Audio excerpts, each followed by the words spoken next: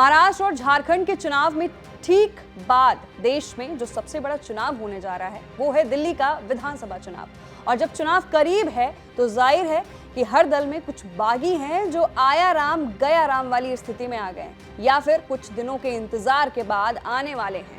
वो बात चाहे बीजेपी की हो या फिर कांग्रेस की या फिर सत्ताधारी आम आदमी पार्टी की, हर दल के नेता अपनी पुरानी पार्टी छोड़ रहे हैं और नई पार्टी में शामिल हो रहे हैं। इसका हालिया उदाहरण केजरीवाल सरकार और आतिशी सरकार में मंत्री रहे कैलाश गहलोत हैं, जो आम आदमी पार्टी का साथ छोड़कर अब बीजेपी के हो गए हैं। लेकिन आम आदमी पार्टी छोड़ने वालों की संख्या कम और उसके साथ जुड़ने वालों की संख्या अब भी ज्यादा है। आम छोड़ने वालों में हालिया बड़ा नाम तो इकलौते कैलाश गहलोत हैं, लेकिन हाल ही में आप में शामिल होने वालों में 4 कद्दावर नेता हैं जो कांग्रेस और बीजेपी छोड़कर आम आदमी पार्टी में आए हैं। सबसे बड़ा नाम तो दिल्ली के सीलमपुर से 5 बार के विधायक रहे मतीन अहमद का है, जिन्हें पार्टी में लाने के लिए खुद अरविंद केजरीवाल उनके घर गए और उन्हें पार्टी की सदस्यता दिलाई। इसके अलावा सीमापुरी से कांग्रेस के 3 बार के विधायक और दिल्ली कांग्रेस के कद्दावर दलित चेहरे वीर सिंह धिंगान भी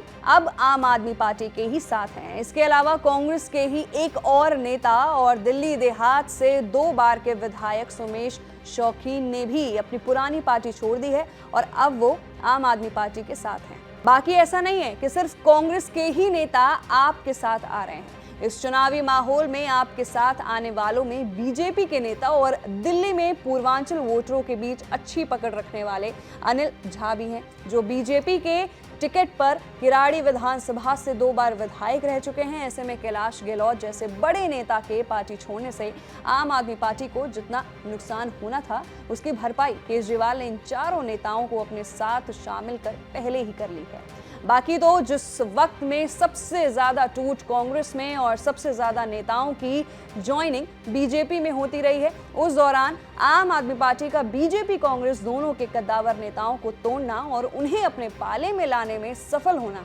इस बात की ओर इशारा है कि शायद अब भी दिल्ली विधानसभा के चुनाव में आम आदमी पार्टी का पलड़ा बीजेपी के मुकाबले कहीं भारी है। और इसकी वजह 2020 के चुनाव में सीटों का वो अंतर है जिसे पाटना बीजेपी के लिए दिल्ली में तो कतई आसान नहीं रहने वाला है। तो फिलहाल के लिए दिल्ली विधानसभा चुनाव को लेकर ये बड़ा अपडेट है। आपकी क्या राय है इस रिपोर्ट पर? नीचे दिए गए कमेंट सेक्शन में अपनी राय जरूर दें। मैं थी आपके साथ वंशिका सिंह और आप देख रहे हैं एबीपी लाइव।